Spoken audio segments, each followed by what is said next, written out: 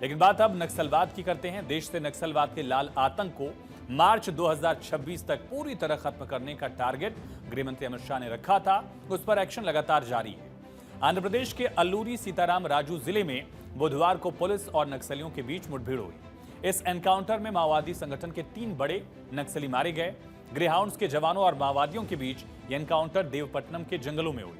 ये इलाका वैसे एक ट्राई जंक्शन, आंध्र प्रदेश, ओडिशा और छत्तीसगढ़ का ट्राई जंक्शन, जहां 3 टॉप नक्सली लीडर ढेर हुए।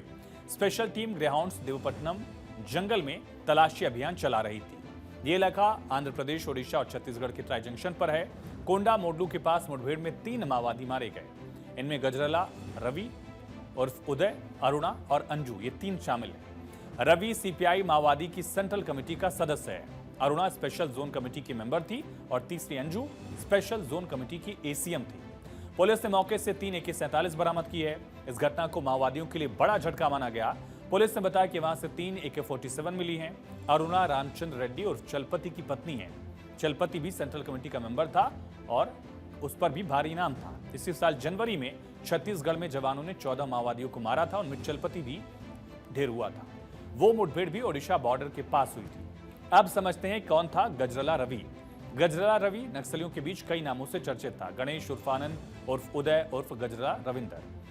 ये आंध्र प्रदेश के वारंगल का रहने वाला था। सेंट्रल कमेटी का मेंबर था और 40 लाख का इनाम इस पर घोषित था। अरुणा रामचंद्र रेड्डी उर्फ चलपति की पत्नी थी। 2018 में अराकू के एमएलए केदारी सर्वेश्वर राव की हत्या का आरोप और पूर्व एमएलए सिवेरी सोमा की हत्या में भी ये शामिल थे। विशाखापत्तनम में टीडीपी के इन दोनों नेताओं की हत्या की गई थी। इसके बाद अरुणा पर 25 लाख रुपए का इनाम था। जानकारी के मुताबिक सेंट्रल कमेटी मेंबर गजरला 40 लाख का इनामी था।